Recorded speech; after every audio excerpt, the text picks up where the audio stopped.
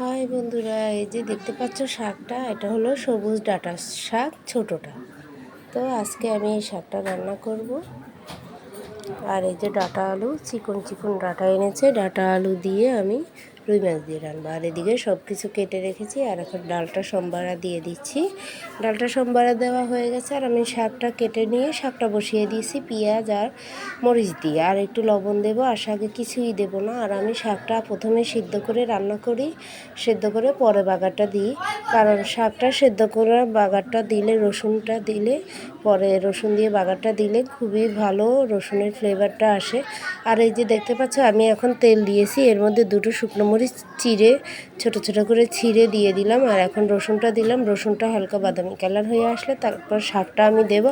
আর এই শাকটা খুব সুন্দর করে থেতো করে নিতে হয়, আর থেতো করলে খুব ভালো লাগে। এই শাকটা খেতে ভীষণ ভালো লাগে।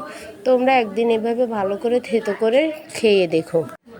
তো আর কি বলবো, এভাবে থেতো করা শাক কার কার ভালো লাগে আমাকে একটু অবশ্যই জানাবে। আর আমি শাক সবসময় এভাবে সেদ্ধ করে তারপরে সম্বারা দিই। আর শাক এভাবে রান্না করলে আমার কাছে বেশি ভালো লাগে। আর আমি শাশুড়ির কাছে এভাবেই শিখেছি, শাশুড়ি মা এভাবে রান্না করতেন, আমাকে শিখিয়েছেন, আমিও সেভাবে রান্না করি। আর আমাদের ঘরে এভাবে শাকটা খেতে সবাই ভালোবাসে।